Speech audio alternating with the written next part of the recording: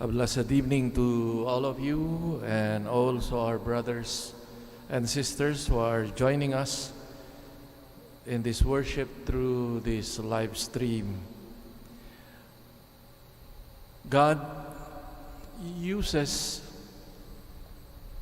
poor means, and we see this in the Bible, to accomplish His work, His plan.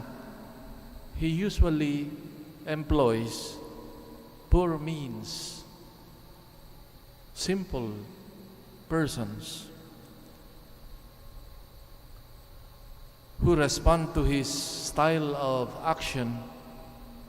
God provides the instruments to achieve the end through the persons He chose to accomplish this work.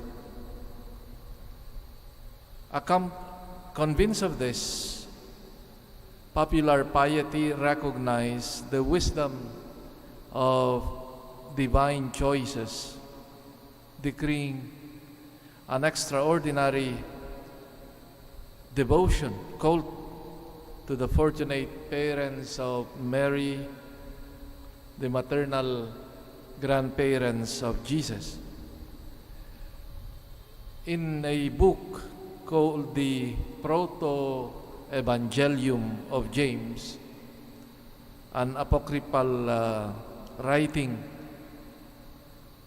in the 2nd century AD, which gives the names of Joachim and Anne.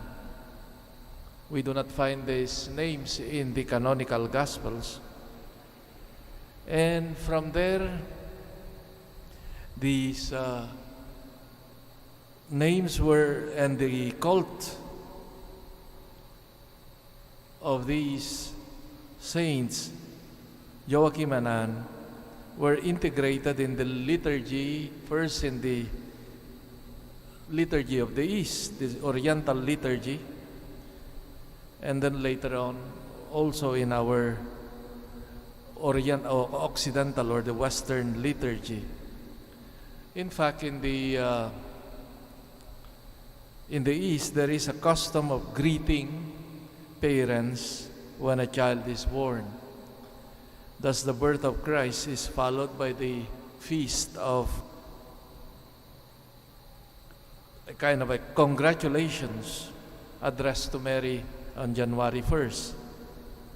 And the birth of the Blessed Virgin Mary on September 8th is preceded also by the feast of congratulations to Joachim and Anne. The promise made to Abraham, close to completion, also passed through them who today enjoy the fruits of their calling themselves as blessed together with their daughter Mary, exalted by all generations as the Mother of God. One of the church fathers said about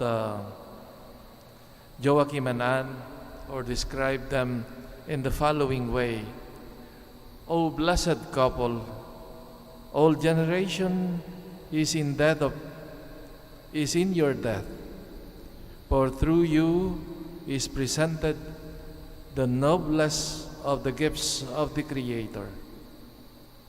It was because of Joachim and Anne's faith that Mary was able to make her response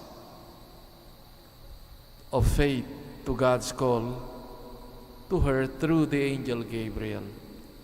These grandparents of Jesus helped create the environment of faith in which he would grow in wisdom, in stature, before people and before God. We might remember our grandparents and the faith which they lived, which they helped to light the flame of faith also in our lives. And in our world today, we thank God especially for us here in the Philippines, where we have still a strong ties with our lolo and lola, and their importance in the development or our introduction into the faith. I myself, I remember my own, if I go back into my own experience of how I was introduced into Christian life, no, was through my lola, no, bringing me when there was a novena for the dead or here or there. I did not understand much, no, but it was those practices that helped me, that had an influence in me, no, and I owe this to my parents and grandparents. So to those of you who are grandparents, no, take it as part of your mission to give good examples, especially introducing your young people, your apo, no, into the faith through prayer, for example. They did not teach me that God is all those complications of doctrine before, no, but rather the living out of this, like the practice of prayer, no, respect and devotion. So don't, to our elderly people, lolos and lolas, you have a mission still now to give good example of prayer life to the younger generations, especially that of prayer now. And may the Lord, through the intercessions of Joachim and Ann, may you all continue to be light to your family. Amen.